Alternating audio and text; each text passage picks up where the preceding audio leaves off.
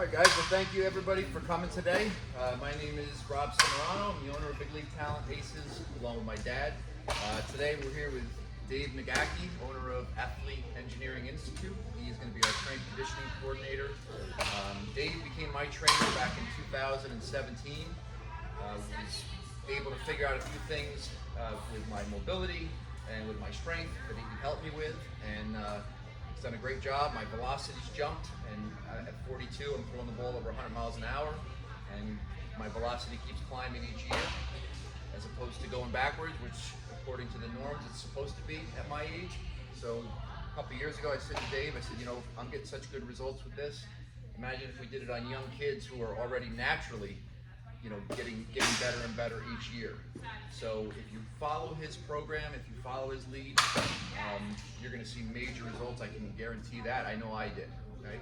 The big thing is you have to, as Coach Dave put up here, you have to think like an athlete, right? It all starts with a mindset, and it becomes a way of life for you. So the things that you decide to do all kind of, you know, in a sense revolve around your athletic career, and that means the type of food you put in your body, how hydrated you're staying, getting your workouts in, the things that you're putting yourself at danger with you know, maybe you say, you know what, I'm not going to do this anymore because I could really hurt my arm if I did that, right?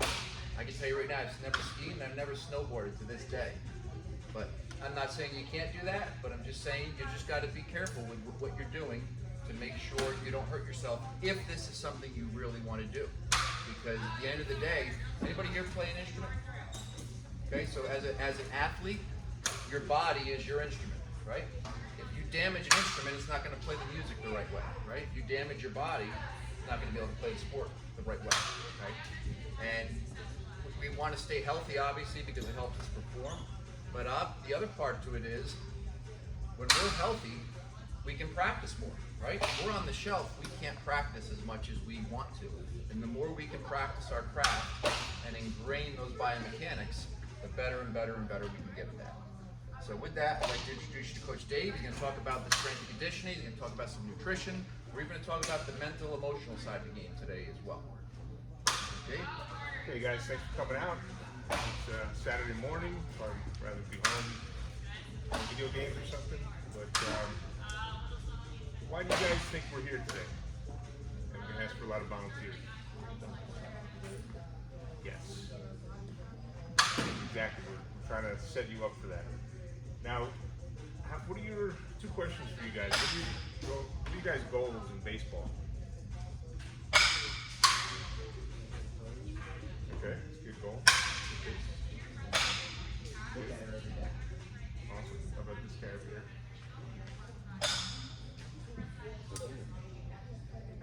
Play better? Okay, that's good. Back. Play at a higher level. Awesome. Alright, so I want to ask you guys.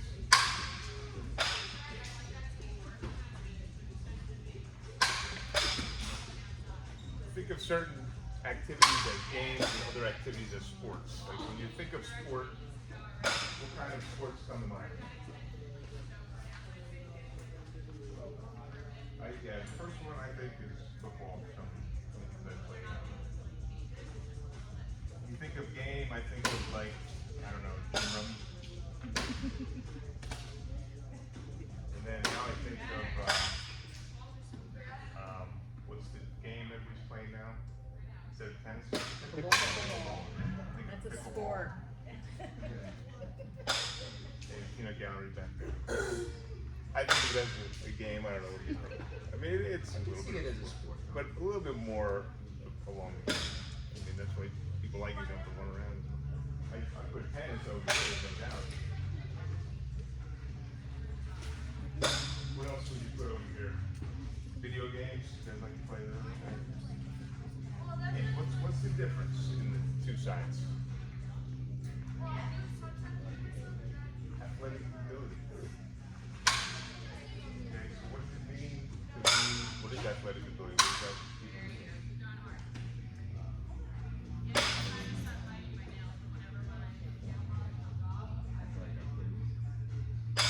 What do you need in order to perform athletic activities?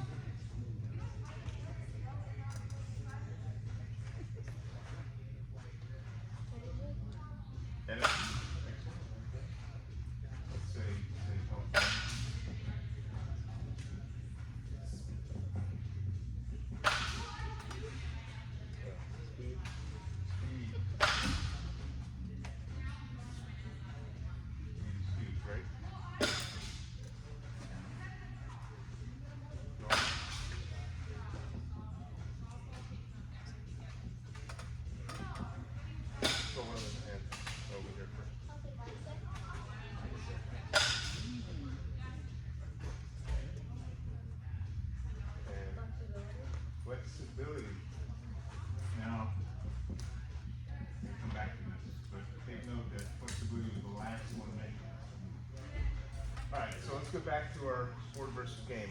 Where does baseball fall in this? Above football. Above. Number one. Is it a game?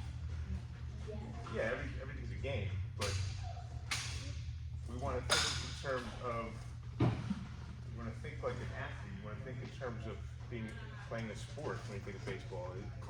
Each sport has a different culture to it, and possibly why the first one we thought of was football is because they've always been into the physical training. Everybody knows you have to be bigger, stronger, faster to play football. But baseball's been a little bit behind the curve over the decades.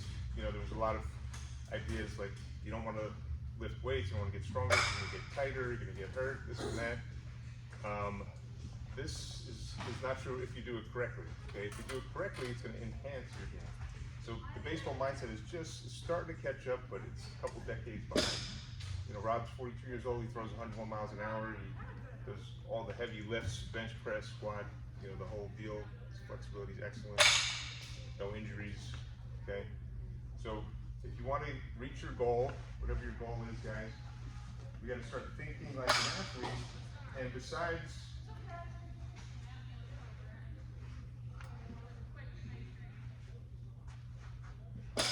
what is the one way you get better at baseball? The one we all think of? Yeah, practice your skills, right? But then we have three other ways. We have mental, mindset. Okay, we've got all these physical. So you got mindset here, you got physical, and then you got like team stuff, you know, and tactics and so on. But we got to start thinking in terms of training like an athlete, training for speed, strength, coordination, energy and health, endurance and flexibility. Does that make sense, everybody? So, again, what we're here for today is you're all here. You're at point A right now. Okay, and we're trying to direct you towards point B. Let's say point B is playing in college or pros or something like that. If you go in this direction, are you going to get there? If you go in this direction, it usually goes down that way. Not going to get there. We want to direct you, you know, it's usually a process towards that goal, point B. Now, the truth is, right now you guys are all young, which is great because that means everybody that wants to can get here through proper training and practicing and so on. And you have your testing there, but don't get too worked up about how the results, because you're all like around right here right now. Maybe the 10, 11-year-olds are here. Maybe the 13, 14-year-olds are all somewhere here. But the question is, are you going to get on that track? You know, wherever you are right now. Okay, does that make sense? So, with that in mind, let's quickly go over what does it mean to train for sport, in this case, baseball. So training an athlete is a lot like building a structure. And you want a stable structure, you want a powerful structure. What are different types of shapes you could build? You could build a rectangle, you could build a square, you could build a circle, or you could build a pyramid. Which one of these do you think is the most stable? Robbie. Square's pretty good, but it's very stable. If I wanted to push it over here, I could push it over a little bit easier than the triangle. Rectangle, I could push it over pretty easy. Just tips over, the wall, you can roll it. The pyramid, this is what we want. So what is at the base of the pyramid happens to be the one people think about the least. Flexibility. So we call this one function. It includes flexibility, movement. Okay, so that's always your base. If you don't have that, you're building a structure kind of like a rectangle or something. Eventually, it's going to fall over. You understand what that means when it falls over? What does that actually mean in real life? Yeah, your program's gonna fail. You're gonna get injured. Okay, something's gonna happen. All right, so once you have flexibility and proper movement, we're gonna go over these in more detail. Then you start working on some strength. First, stability strength, then just kind of general strength, and then power, which is strength with speed, and then eventually speed. I mean, at the end of the day, you need speed and power for baseball, right? You need to go throw the ball hard, fast, run fast, and so on. But you can't just start here. Okay, you need to build a base. So what we did this fall with the testing is we're trying to give you an idea as to where you are right now on this whole triangle, starting with the base, the flexibility, and movement. So on your sheet, we'll go over the test now. Just kind of run through. Grab this pole here. The first one is flexibility test, and there's lots of tests. We go through and check every joint and so on, and do that sometimes we work with people individually, but as a group, I've narrowed it down to these 3 tests to give us an idea as to where you're at. And these are typically what we've come up with as the tighter parts of the body for players this age. Most of them have really good shoulder flexibility, trunk rotation, but some of these muscles are a little bit tighter. So I'm just gonna have Rob demonstrate the overhead squat. Now the way I graded these is you get a 0 if, well actually the overhead squat is different. It's on a percent, 0 to 100%. 100% is gonna be able to get all the way down, and we'll show it. So you stand with your feet shoulder width apart. I'm gonna go this way, or? Yeah, that's fine. And the bar is wide grip over the shoulders vertically, and then we see if they can squat all the way down. Okay, and Rob gets 100%. His heels are on the ground. He's sitting on his ankles, and the bar is still vertically over his shoulders. Okay, come on up. Now, if you got down halfway, that would be like a 40%, go a little deeper. That's like 50%, a little more. That's 100 again. Okay, you come up. Now, if he starts going down and his heels start coming up, or something crazy starts happening, back round, that's when I stop the test, and that's how that was graded. Okay. So what are we testing here? It's a quick test to see a lot of different muscles, a lot of the ankle dorsiflexion is called, quads, the hips, your spine is able to extend, your shoulder range of motion. So we get a lot of quick ones there. Just a quick thing on that, personal thing I realized a couple of years ago. I was running sprints at Southwell Little League early in the season when the grass was still kind of soft, and just doing that, I must have strained my Achilles a little bit, and I couldn't believe with my Achilles, with how tight it was, how that took away my ability to do squats. Like, you don't realize how much you need your Achilles to be loose, because I figured, okay, well, I can't run right now, but I can at least do squats, and I couldn't get down to do squats. The mat was so tight, it wouldn't allow me to get in that position. So if you can't do a full squat, can you do the full range of motion for the workout? No, right? So this stuff is very important. And if you do try to do the full range of motion, what's going to probably happen if your body can't handle it? Yeah, you're going to hurt yourself. Yep. Okay, so the next one is called the long adductor, and these are scored 0 to 3. 0 is your optimal flexibility. A 1, a little bit less than optimal. A 2 is a little tighter, starts to become like a red flag. A 3 is definitely a red flag that you definitely want to address. So it's sit down like twice. So a simple test that you sit and have him reach forward. And Rob gets a 0, he can put his forehead on the ground. Just stick your arms out. This, don't lean forward. This is about a 3 right here. Lean back a little bit now.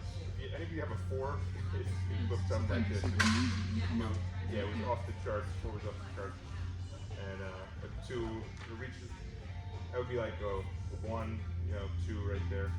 Okay, so this is measuring your adductors, your pulling and groin muscle. Also the hamstring that's on the inside of your hips, and your back, and the hip muscles too. But it's one of the most commonly tight ones on kids this age. So you're going to see a lot of 3s there. We're going to do a lot of work on this winter, but something you want to look at yourself too. All right, then you come on up, Ron. And then everyone knows this test, very simple toe touch test. Now, 0 is right here, palms in the ground.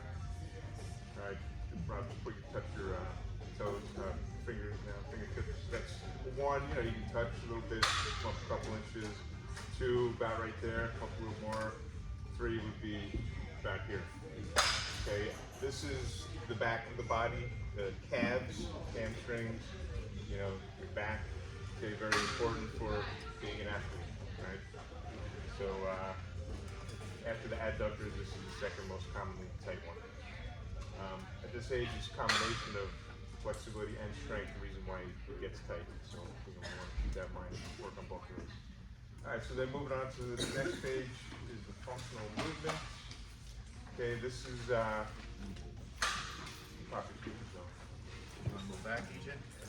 We got some there for some warning, it's not too bad. What do I mean by functional movement? This is basically a combination of flexibility and stability strength in certain positions. Think of it in terms of gait. When you walk, you don't realize it, but there are certain things that are supposed to be happening with the body.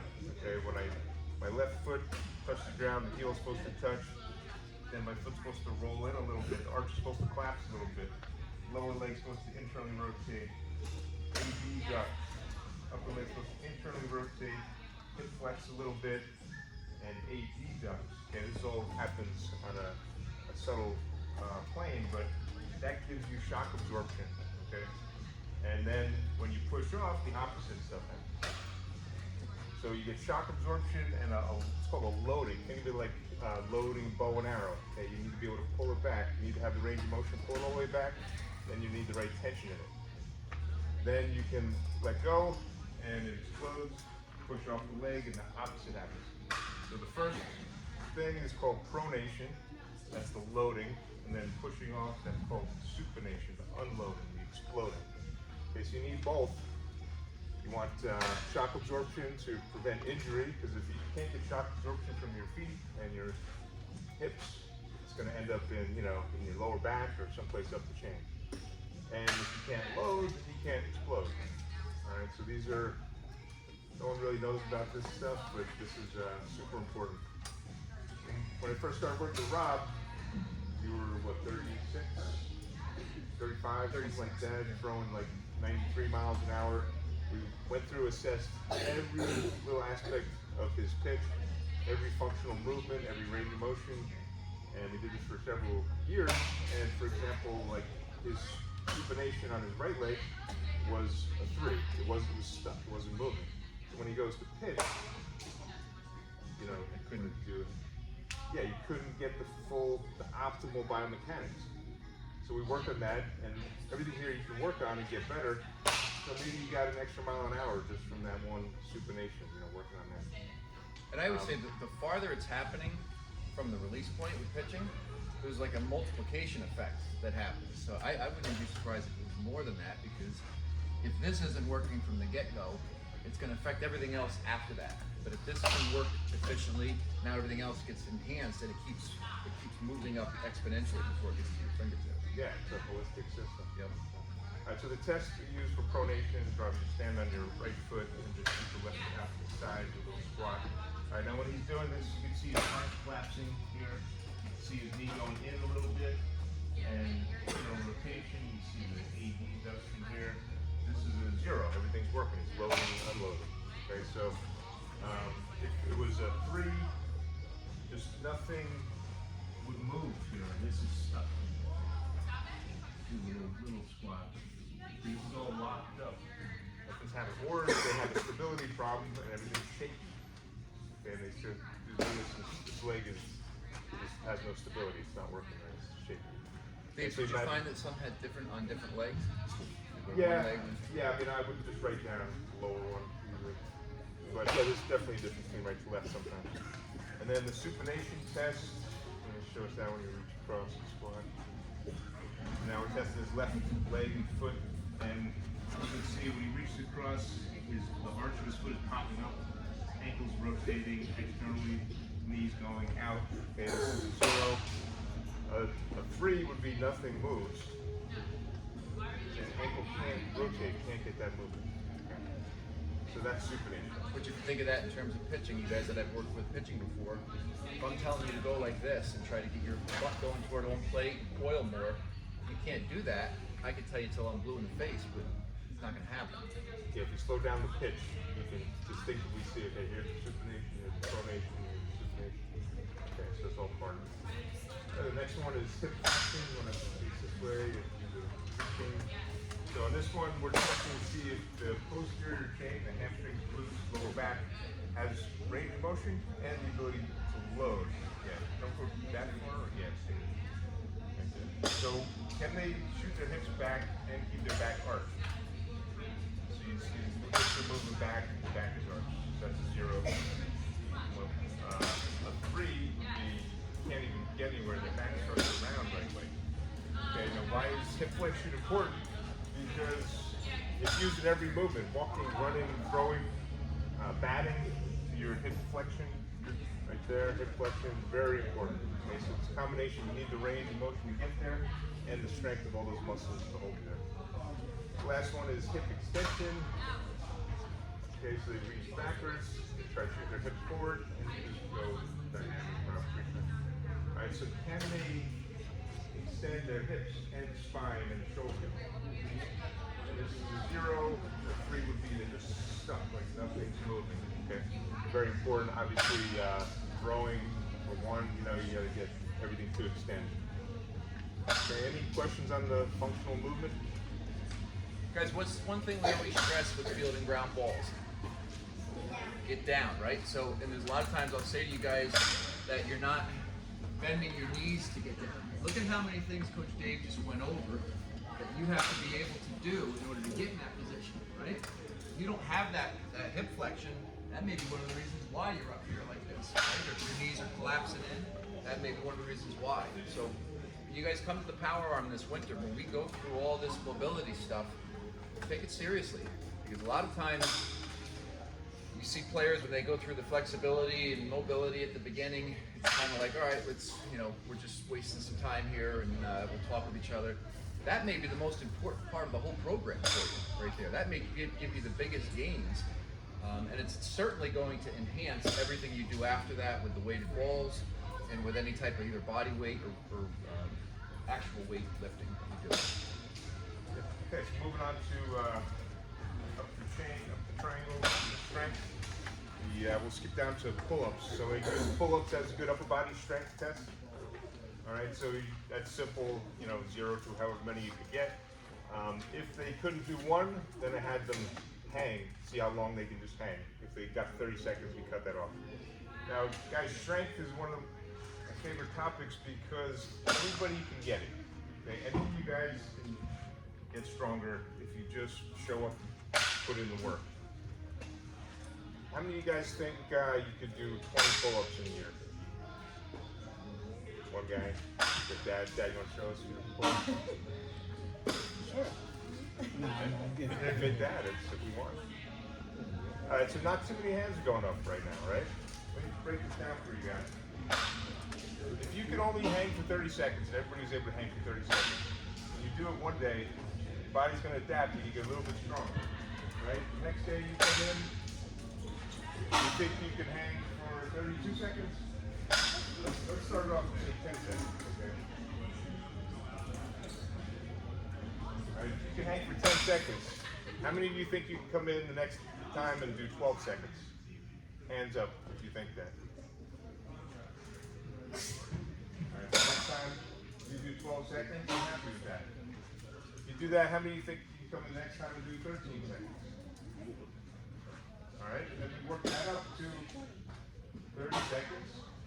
Once you can do 30 seconds, then we work on hanging, holding at the top. Usually when you can hang for 30 seconds, you can hold at the top for 10 seconds. And then we'll do the same thing, 1 second at a time. Get up to holding at the top for 30 seconds. When you can hold at the top for 30 seconds, usually you can do 1 pull-up. Okay? If you can do 1 pull-up and you come in here and you try, how many think, the next time you come in, how many do you think you need to do? I'm not even asking for 2. How about 1 and 8? Could you do 1 and then just go like this? Can you all do that? All right, if you can do that, then the next time you come in, you do 1 1/4. And then 1 1/2. And then work it up to 2. You guys see how this works? How long will this take to get from 1 to 2?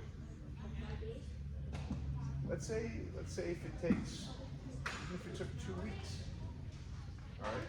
Say you repeat this every 2 weeks. You can do 1 more. How many are you doing after a year? Every 2 weeks you can do 1 more pull-up. What are we up to at the end of the year? 20, 26, 20, 25 times 1 is how much? 25. Now you're at 25. See how that works, guys? Okay, so now hands up. How many people think you can eventually do 20 pull-ups? Okay. Danny Darcy's on one of these teams. He's like, I don't know, 11 or 12. I trained him. He's on the 13th. Rising 14. I trained him when he was 10 years old. He started at 3 pull-ups. He could do like 25. Okay, another guy who just graduated from Aces, Alex Stillwell, he started at 3. He worked up through the program. He was the original ace. He got up to 25 pull-ups after putting on 50 pounds. Now you can do a pull-up with a 110-pound dumbbell attached to it. Okay, just by using this right here. Okay, so again, what we're telling you guys can all do this if you show up and try. How many can try? Okay, cool. All right, so that's the pull-up test, and I have in One here. quick thing on that. What's something that is going to allow that process to happen? What do you have to stay with your workouts? It starts with the letter C. Consistent. That's the key, right? And as we talked about earlier, if as you're going along, you go and do something silly and now you know, injure your arm, are you going to be able to work on those pull-ups anymore? No, so you kind of plateau. If you plateau too long, what's going to happen? Start going backward a little bit. Now it's going to be a little tougher, right? So we got to make sure we stay healthy. We also have to make sure we do it, right? That the only way this happens is through putting the work in. It looks easy on a whiteboard, but you got to be willing to get after it and do it. And there should be no excuse, right? Figure out a way. Figure out a way to find a bar to get onto. I'm sure all your elementary schools have a gym with a bar in it. If you have to, go ask your gym teacher. Say, hey, I want to get my pull-ups in today. We're going to talk about that a little bit. Coach Dave's going to talk about the at-home pull-up bar. All right, so that's the pull-ups. Oh, also I have on here team average, just to give you an idea where you are in relation to other kids your age. But again, remember everybody's kind of down here, right? We want everybody to go towards here, which is the standard. The standard is like what you should be doing by the time you go to college. All right, so I have the standard as 20 pull-ups. No reason why anyone can't do 20 pull-ups after a few years of training. All right. All right, now moving on to some of the power tests. The vertical jump, that's easy. Just reach up, see where you are, and then you jump up and see how high you go. Really good test for power. That's a combination of strength and speed. What's probably the most important aspect of baseball physically? Probably power. I mean, you need to throw, ball, and hit with power. So the vertical jump, and I have the horizontal jump, which is very similar, but it's like also called the broad jump.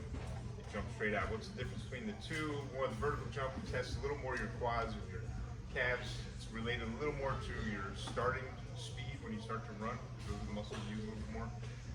Broad jump is a little more hamstrings and lower back and glutes.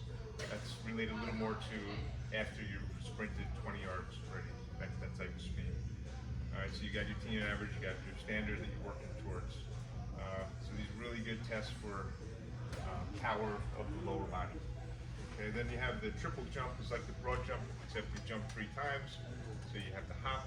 This tests something that's kind of in here called the stretch shortening cycle. That's your muscles' ability to stretch and then explode.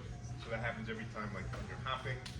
Running is actually the same thing. You're landing and then taking off. So you're stretching the muscles and then contracting them. So your triple jump should be about 3 times what your broad jump was, and you got the standard there for where you want to get to by senior year in high school. All right, then we go on to some of the speed tests. The T-test, that measures your change of direction with cone set up. and the kids have to run up here, side shuffle, touch the cone, side shuffle, touch that cone, side shuffle back, and then back pedal. So it tells you your score there, team average, and standard for senior high school is about 10 seconds. Yeah. So that tests the type of speed, your change of direction speed. You think that's important in baseball?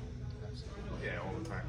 All right, then the last one is the 60-yard dash that measures your pure straight on head speed.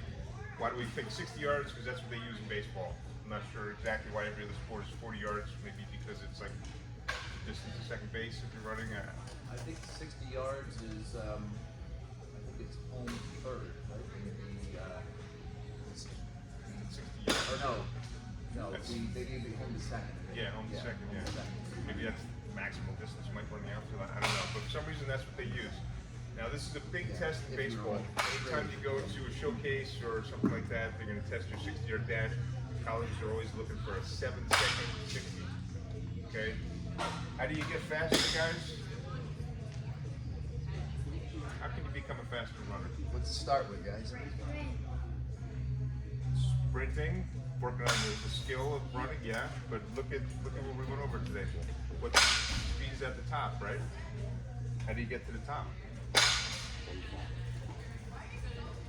For flexibility and then your strength. Okay, I'd say like 70% of your running speed is from strength, 20% flexibility, and then another 10% from technique. So if you guys look at the pyramid, everybody's pyramid is shaped a little differently, right? We want a pyramid that has a nice, what kind of base do we want to have on it? Real wide base, right? Because the wider the base, the bigger the pyramid we can build, right? The bigger the pyramid means the more power and more strength that we have, and be able to build it really high, but also not hurt ourselves, right? So if you were to look at an athlete that had a lot of power and a lot of speed, but they're constantly ending up on the DL, right? You see guys like that. Like I was thinking Noah Syndergaard. His pyramid is probably really high, but his base is probably really narrow, and that's why he ends up getting hurt a lot, right? When the wider you make that base, the more tensile strength you have too, where you get a little bit of wiggle room there that your body can stay healthy as you're generating that type of speed. 'Cause it's a lot of force on your body, as you and I were talking about. The faster your arm is moving, the more your body now has to work to slow that arm down so it doesn't rip out of the socket. So if you don't have the bottom part of that pyramid wide enough, you're really susceptible to getting injured. Alright guys, so this winter we're going to be training all this stuff at the tower arm. You're going to come in, it's an hour long. We'll do a few minutes of flexibility. 5 minutes, okay? You'll be here 5 minutes early because we start off with our goalpost walks. And usually after the first couple days, when guys realize how tough they are, they start showing up 5 minutes late. Oh, I missed the walk. Oh, you see that a lot. So we'll start off with that, then we go to some flexibility, and yeah, we're going to train flexibility, but even more important, we're going to teach you how to stretch. We'll do it at home. Alright, then we'll do a couple minutes running drills, a little bit of functional movement drills. Then we'll do arm conditioning, optimizing and throwing drills, and then we'll get into the strength training. So I just want to show you a couple of things you can expect. Everybody's going to work on flexibility, movement, stability. The younger guys, we do a little bit different strength. It's more like body weight strength. And then, when they're like 15, sometimes 14, we'll get them started on loading their body with external load. So any of you guys want to volunteer to do an exercise right now? Yeah. Just one quick one in terms of stability for it's called your shoulder girdle that holds your shoulder together and your upper back. So he's going to hold a wide grip, bring it down just a little bit, a little more right there. Hold that for 10 seconds.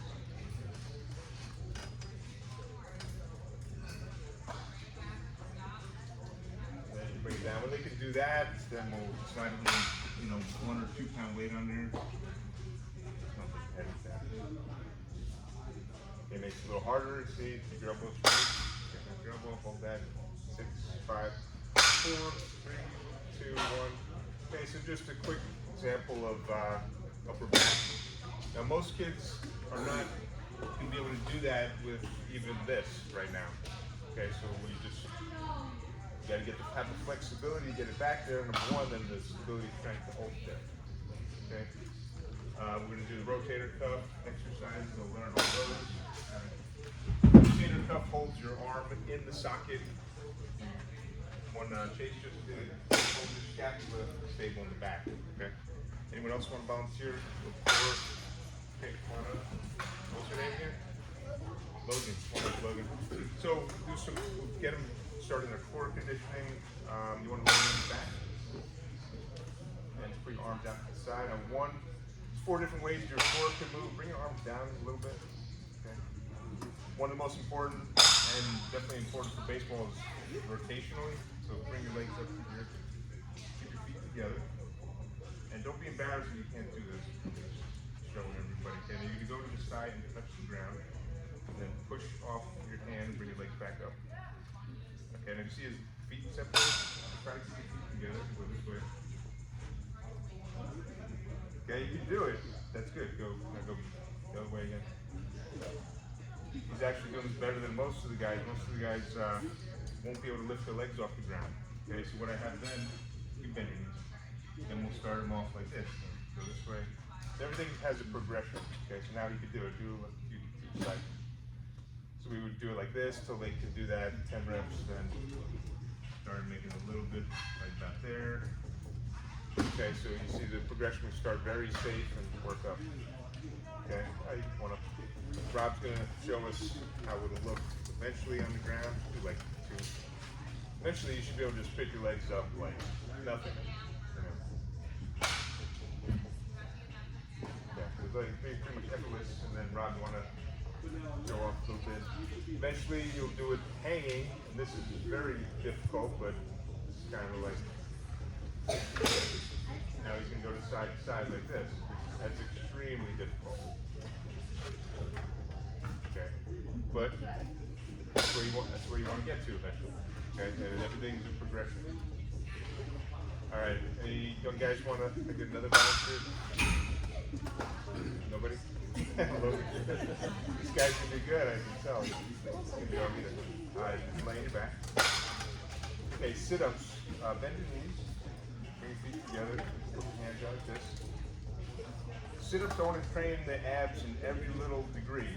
So you're gonna take 10 seconds to sit up. Okay, you gotta go super slow. 2, 3, 4, 5, 6, 7, 8, 9, 10, then 5 seconds down. 2, 3, 4, 5. Okay, up again, 10. Now, sometimes they can't get up slow because they get stuck somewhere. Either they're tight in the back or they have a segmental weakness somewhere. So you can go back 5. We start off like this. If we need to, we'll tap their feet. That helps them get up. Go back. Now grab your elbows. Okay. Come on up. I'm gonna find out where he gets stuck. Okay, go back down. Now put your hands on your shoulders. Go down. Go down. Okay, 10 seconds up. This is pretty good. He's getting through it now. Try your hands down. Go down. Come on up. Alright, Logan's a stud here. So we would do like 5 reps of that. After that, we would do the fast sit-ups. And then you want to show us toes to bar. It's kind of a big one, but then eventually, once they can do those easily, then we'll work in a little different angle, like hanging again, and just bring the toes up to the bar again. Do a few reps, sure. Okay. Guess this is a lot harder, but this would be like these for the gymnastics. All right, now that's some of the stability exercises, the core exercises. Then we work on full strength. We talked about pull-ups already. That's for all the pulling muscles. The pushing muscle, we'll be doing push-ups, and there's a progression there too. And then legs, we do a lot of squats and things like that, but body weight squats. And from 10 to 14, you want to get a really strong body weight. Think gymnastics, how strong those guys are. They never touch the weight. But after you get to 14, then we'll start learning the proper biomechanics for real lifting with weights. I'm going to show us like so some of the basics are the deadlift, squat, bench press, overhead press. Rob's going to show us a deadlift. Just shows the proper form here. Back is arched, shoulders. You want to take all all the slack out of your arms too. You want to bend. Sure. Straight. Okay, so it works all the muscles we've been talking about: hamstrings, glutes, lower back, grip. Okay. Everybody want to show us a squat over here? So after you have the range of motion squat, after you have the body weight strength, then we'll blow it up.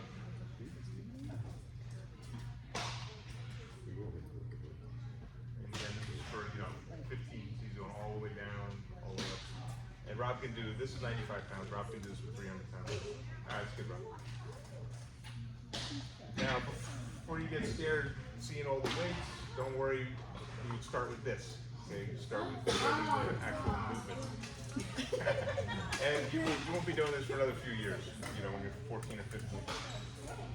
When they are 14 or 15, then I have the whole system. I teach them the form, they have to demonstrate the form, and I check off I sign off on everybody gets a sheet and for the workouts, and once they are signed off, then they can start loading. It's always a progression. We never go more than 5 pounds at a time and so on. So those are two of your lower body exercises. We use bench press, overhead press. And then we get more into advanced stuff like power and speed. You want to show us like a clean high pull. This is a combination of lower body and upper body speed and power. It's something a little more advanced. Okay, so you see the full body there. That's a good indicator for how much power your whole body can, express, and translates a lot to like hitting a baseball. As the strength of these things go up, the ball goes further. That's what happens. Any questions on like kind of how the program's gonna run? What we're gonna be doing, while you're here. Alright, we want to go over next is just a couple other things when you guys come in, just some logistical things and so on. Hopefully this doesn't happen, but it always does. When you come in and there's one group going, stay out of the way, guys. Like either in the back there or in the back over here, right? A lot of times, what we usually do is because there's that 5-minute overlap, so the classes on Wednesdays, 3:55, 4:55, 5:55, all the way to 7:55, finishing at 9. First group will come in, we'll tell them to put all their gloves and stuff over there. Next group will come in, we'll tell them to put your stuff over here. And the next group comes in, we'll tell them to put their stuff over there. And we try to keep that pretty consistent, so this way, like Coach Dave said, people aren't tripping over things, and you're not losing stuff, because that can start to happen, especially as it gets colder and you're bringing in jackets and hats.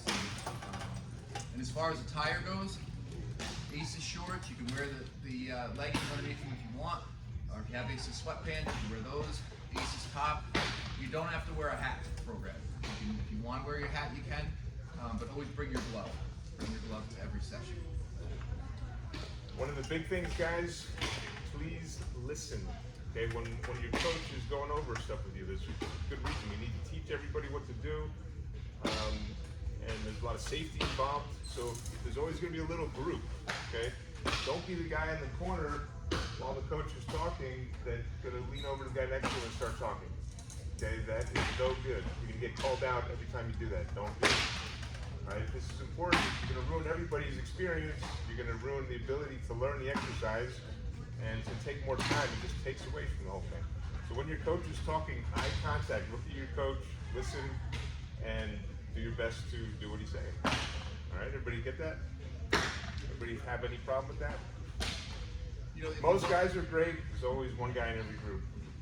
Yep, and the thing is, guys, another way that we can be a good teammate is motivate each other, right? If you want to talk to each other, cheer each other on, yell at each other, whatever you got to do to get yourselves to get to that next level. You see high-level athletes work out. They're not just going through the motions and, okay, I did my 10 reps. I did these 10 reps. Right? There's some intensity to what they're doing. And sometimes having someone else there actually can raise that even higher for you. Right? So let's use that to our advantage. Let's not be something that tries to pull away energy from our teammates. Be somebody that adds energy, and then they can add it to you when it's your turn to go. Right? Compete with each other too. It says think like an athlete. Are athletes competitive? Absolutely. So get into that, when you get here especially, get into that competitive mindset. That mindset of, it's really competition with yourself. Okay? But it's okay to use somebody else to bring more out of yourself, right? If I'm buddies with Jackson and he could do 3 pull-ups and I could do 2.5, I want to do more pull-ups than he can. Not because I'm just trying to beat Jackson, but I'm actually using his ability to do more than mine to pull me in his direction and hopefully pull me past him. And then what's that do for Jackson? It makes you say, well, I want to do 4 of them, right? If you keep competing like that, you're going to see yourself grow real fast. Guys, when you come in, are we going to have fun or are we going to be super serious? All. Yeah, recently I have 2 daughters, 3 and 7, and my 7-year-old does jujitsu, and I realized that every time I would send her off to practice, I always told her, have fun. Make sure you have fun. My wife, who never played sports, always tells her, focus. So I started asking people what they thought of this. Who's giving better advice? What do you guys think? Focus. It seemed like people who played more sports and had more experience always said have fun, because they know if you're having fun, you're going to do everything else. You're going to focus. You're going to work hard. You're going to do all these things. Part of what's fun for an athlete is focus. Part of what's fun is being serious, right? We have fun competing. We have fun trying to do better. We don't have fun just going and messing around. Yeah, what does fun mean? Does that mean you're not going to listen to the coach? Is that having fun? Is it just having fun, just goofing off and not doing the exercise? To me, that's not fun. Fun is doing it. It's doing it without anxiety. We don't want you guys to have anxiety about any of the exercises you're going to do. Look at it as fun. Look at the hard work as fun. And we want to laugh and joke around too, but within, the structure of the program. Does that make sense to everybody? We don't want to come in and, be bored either. We want to have fun. We want to challenge everybody and enjoy the process. So our last topic here is family. Does anyone here think they can reach their goals by themselves without help from their family? And that was when we bring parents into a little bit. Some certain things that the parents are going to have to do to help their kid out, and I'll just go over a couple of them. Number 1, a home gym. Now, this doesn't mean anything crazy. In the beginning, like I said, it's mostly body weight stuff. All you need is space on the floor. Do push-ups, sit-ups, body weight spots. And your stretches, you can do 90% right there. The only equipment you really need to start is a pull-up bar. This is my actual pull-up bar that I brought from this morning. I've got it in my kitchen doorway so that we always see it. And I have my daughter to do it. My 7-year-old, she could do 5 pull-ups by the time she was 4 years old. And I started training her when she was, how old do you think? 1 day old. I picked her up, tilt her forward, challenge the back of her neck, make her straighten it up, strengthen the back, tilt her backwards, strengthen the front, side to side, rotationally. That's the first thing I want to train is the neck. Then I would train her with her grip and her arms, laying against my legs. You're never too young, that's my only point here. And you don't have to be 15 to start strength training. You start strength training day 1, you gotta be strong. Put them on tummy time, crawl, and so on. Okay, so everybody can at least get a $30 pull-up bar. Put it in the doorway, twist it tight, make sure you have the clamps. You don't want to just have pressure because it could fall. It's gotta have the clamps that this comes with, go into the door. Yeah, it did on me when I was a kid. And which are screwed in so that it's secure. But this is all you need right now to get, 90% up that triangle. But every year I tell everybody to get one, and there's always a couple guys that don't get one. Guess who doesn't make the right progress here? Those guys, right? So can all you parents make sure you have some kind of pull-up bar at home? Any parents? Can we get in here? We have one. All right, perfect. So home, now later on, once they get a little older, it does help to have a little weight set at home.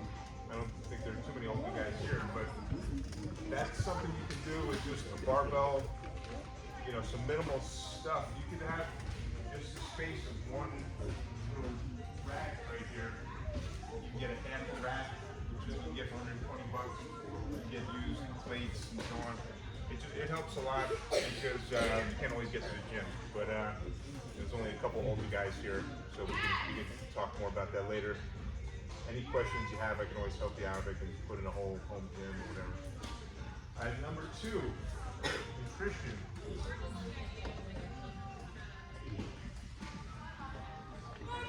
Everyone complains about how poorly the kids eat, right? Who buys the food? Parents, right?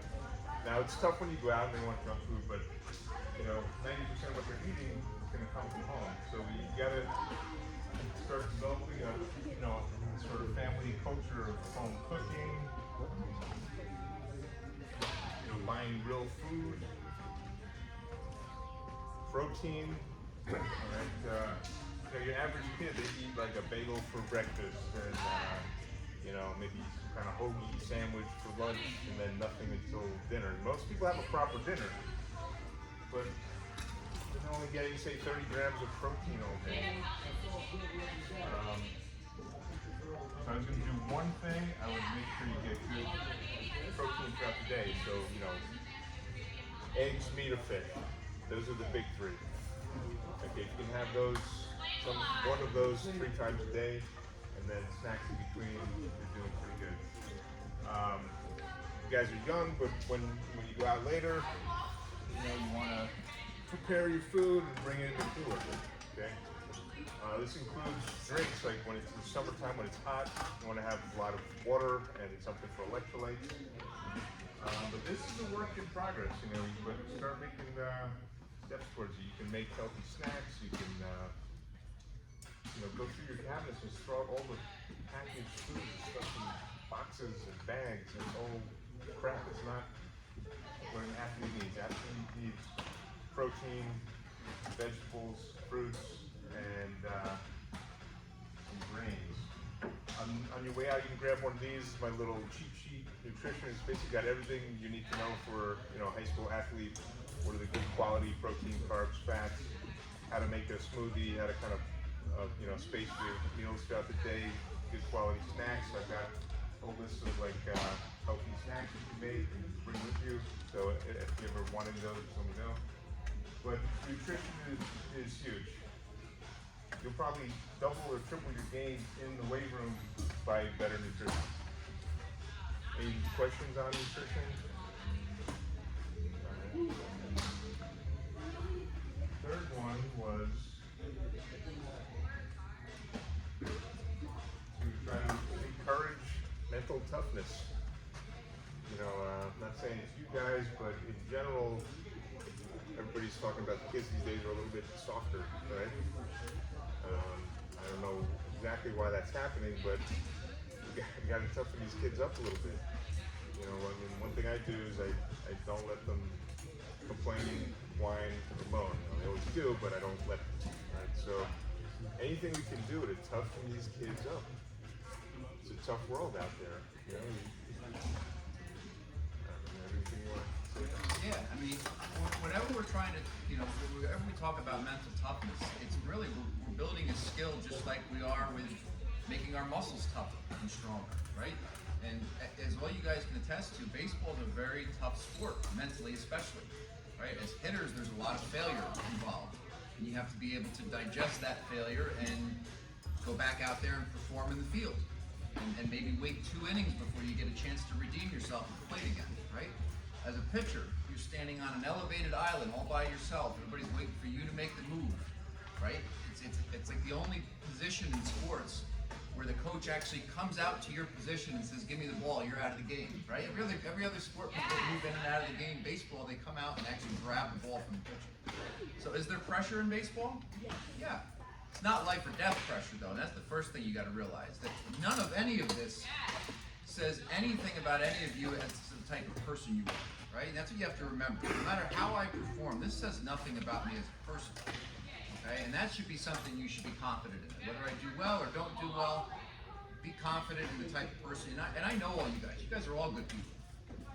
But there's also that desire to want to accomplish things, right? So if I want to be a good baseball player, I've got to put this work in But the thing you've got to remember, and this is a tough thing to understand, but I had a coach tell me this when I was in pro baseball. He said, all this work that you guys are putting in still does not guarantee success out on the field. He said, all it guarantees is you're giving yourself the best shot at success on the field, right? Because let's face it, your competition is also putting work in, okay? So that takes a lot of mental toughness to digest that. You got to be able to be okay with that. You got to be able to be okay with going out there and maybe getting your butt whooped every once in a while. And what can be taken away from that? Is it that we become devastated and we kind of, say, boy, I'm really not a good player. We're really not a good team. I don't want to play anymore. What's a positive way to respond to that? If you go out there, either the whole team gets pounded, or as a player, you just have a really bad day. What's a good way to respond to it? That should be always, right? You should always try your best. Robbie? Okay, so you don't want to be too fazed by it in a negative way, but what's something you can have it do to faze you in a positive way? Okay, so the next time you go out there, you're not worried about getting your butt whooped like last time. Well, I'll give you a personal experience. When I was in high school, I played basketball up until my sophomore year. I was an average basketball player at best. And we played this really good high school team. And we got beat, I think it was like something like 88 to 20 or something like that. We got pounded by that. That was my favorite game of the year. Because the kid I had to guard, I was a point guard. He was so quick and he was so good. And I was able to hang with him for some of the game. Most of the game, he ate me up. But what it did for me is I looked at it as, wow, so that's what really high-level basketball is like. And I realized I really didn't have it in me to want to be that good of a basketball player. And that's when I started to focus all my energy towards baseball. If you really, and I had it happen in baseball too, where I'd face a pitcher, because I was a shortstop most of my life. Face a pitcher, and it's like, whoa, 90's a different level. So, but I wanted to be a good baseball player, so what did I do? I realized I got to get my bat speed up to that velocity, right? That if I'm a catcher and I don't throw anybody out at second base, what do I got to do? I got to be that much quicker. I got to get my arm that much stronger. So basically, the moral of it is, if you get your butt whooped, see what you can learn from it, and almost look at those guys that did beat you like that as examples of, I want to be able to do that.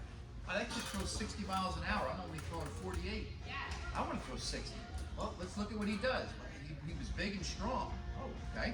He had a long stride, so he was obviously very flexible, right? He had good mechanics, okay? So don't you think if you do those things, you're going to have your best shot at being like that kid?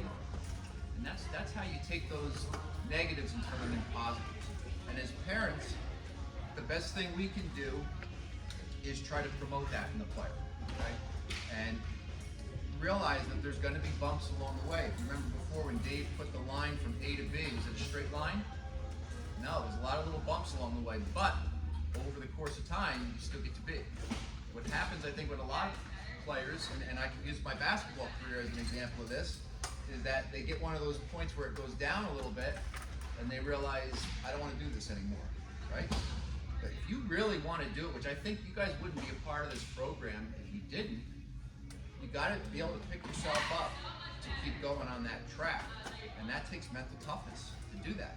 If everything is just easy, and I experienced this in pro baseball, where I played with some guys that dominated in Little League, they dominated in high school, they dominated in college. Now they get to pro baseball and they're playing guys from the Dominican Republic and Venezuela and Japan and the best in the entire country. And they go out there their first outing and they get crushed. The next day they're in the trainer's room and my arm kind of hurts. And you could tell that they really weren't hurt. They didn't know how to digest it. And I always said the fact that I was undersized as a kid, I experienced failure through the ranks. So that helped make me tough. So if I went out there and I, gave up 3 runs in an inning and blew the game, did it feel good? No, it's never going to feel good. And that's the other thing I want you guys to realize about mental toughness. Mental toughness is tough, right? It's never going to be just easy where it's like, I'm so mentally tough, I can go out there and get pounded and it just doesn't even faze me at all. No, it's still going to feel bad, but I never let it devastate me. Never let it get me to the point of even being discouraged. It was more just, I would learn from what happened out there and now, man, I can't wait to get out there again to redeem myself. And I can't wait to, go work on whatever it is that I need to do. That's mental toughness. And parents, you can play a big role in that. Some things that are mental toughness killers. Trying to set up the perfect situation for players all the time is not helping them with mental toughness. It's good sometimes to be put in a tough situation. It's good sometimes to, I hate to use the word fail because it doesn't have to be looked at as a failure, but it's good to lose sometimes, to be on the short end of the stick. It's also good to experience not batting in the batting order where you think you should, not playing in the field where you think you should. And that brings me to the next thing that I want to talk about. If you guys feel like you want time at a position, you think you deserve to be somewhere in the batting line, we not only are giving you a way to do this, but we encourage you to go talk to your coach, and we want the player to talk to the coach. And the way you approach the coach is you say, Coach, I think I can help the team by doing X. Okay, so let's say, Jackson, you feel like if you played left field, you'd help your team more. But you're not getting any time out there. Coach, I think if I played left field, I could really help the team more. What do I have to do to earn time in left field? If you approach a coach that way, he's going to love it. No coach, we've got a high school varsity coach back here with Coach Rizzatello. Evan, wouldn't you love that if a player asked you that? What do I got to do to earn it? You'd rather talk to the kids. Yeah, and you'd rather talk to the kids than the parents. And on top of that, though, you're not going to the coach and saying, why am I not playing left field, right? 'Cause now, that's a different conversation. Now you're just going and kind of making it confrontational. Ask him, what do I got to do to earn it? And he may say to you, you know what, Jackson, you actually already have earned it because I planned on playing you in left field next game anyway. Or, what do I have to do to earn batting higher in the lineup? Okay? But I hear too many times from parents, and not so much from players, but from parents, I'll hear, well, he was batting 8th, so I think he was kind of discouraged and lost some confidence, and that's why he didn't perform well. Is that a good excuse? Is that mental toughness? No way. That's a mental weakness, right? So we have to be tough enough that even if we do ask the coach to bat somewhere in the lineup, if we're not there, what do we do when it's our turn to bat? Crush it. Get out there and just, and if they keep batting you, keep crushing it when you're batting you, right? That's mental toughness. Don't ever get discouraged by what a coach, where a coach plays you. If you want to talk to him about it, that's different. Don't get discouraged by it. That's mental weakness. So parents, you can be a big part of that. Another thing, there's a term in baseball called clubhouse lawyer. Okay, does anybody know what that means, clubhouse lawyer? No, it's kind of the negative team captain. Okay, clubhouse lawyer is the guy that goes around and this coach got this, and he's talking to this player, and then he tries to bring another player over. I'm sure a lot of you know people like at work that are like this, that trying to, and you'll have the same thing with parents. Now, I'm looking out here right now, and we probably have some of our best, most positive parents here in this group today. But you guys could even play a role with those other parents. That if you hear any of that stuff, try to turn that around, because I'm telling you, that stuff, it spreads like a cancer. It spreads among parents, and then it spreads down to the players. And the next thing you know, if you give players an excuse as to why they didn't play well, a lot of times young kids are going to take that excuse. So instead of them taking ownership that, I missed that ground ball because I didn't get down and field it the right way, not, I don't know why he's got me playing second base instead of shortstop, right? Because I've heard that one before. Well, he's never played second before. Yeah, but it's not as though he didn't know how to get down and field a ground ball. Is it any different field a grounder at second than short? No, it's a ground ball. If you didn't know where to go for a cutoff, maybe that could be an excuse that, okay, you need a little more time there. But try not to make excuses. Try to find, this is how I can do better next time. And does that mean you're a bad baseball player if you didn't do it as well as you could? No, it just means on that play you were bad. On that play you were bad, and guess what? That's okay. Okay? And I think that is really the epitome of mental toughness. Is you got to own up to what it is you need to improve on. You gotta look it in the eyes and say, I want to get better at that. Just one last quick story. So I played basketball till my sophomore year. I played 4 years of varsity baseball. So my sophomore year, I batted .290 on the varsity. Junior year, which was my first year just focusing on baseball, batted .600. I went from .290 to .600 because I was determined that off season to become a better hitter. I wanted to start catching up to faster pitching, and I used that .290 batting average to motivate me. And I just looked at everything I had to do, and I realized one of the things I had to do was stop playing basketball because it was taking away from time that I could be training to get better at baseball. And that's not a cautionary tale to tell you to stop playing other sports, but you just have to be real about things. That's the point I'm trying to make. Is if you want to get to here, and you know what it takes to get to there, don't make excuses that, well, but I have to do this, and if that's what it takes, that's what it takes. And it's going to be up to you to be mentally tough enough to be willing to do that. And then the last thing I want to leave you guys with is just stay positive. Okay? Staying positive and having fun. If you do those things, everything else kind of falls into place, right? Like Coach Dave said, I look at my workouts as I get to do my workout. When I go to throw, I get to throw. Not I have to work out, not I have to go throw. I get to go throw. That's how you guys should look at it here. Is it tough? There gonna be points where it's like, when's this over? Yeah, it is. But guess what? When it's done, you're gonna feel really good about the work you put in, and it's gonna feel really cool when all of a sudden, let's say for you guys, maybe you're hitting balls that are barely leaving the infield right now. Now next spring run comes around and you guys are driving balls that are going out to the gaps. You're making throws from deep in the hole at shortstop, and instead of them going like this, bouncing once, they're starting to go on a line more.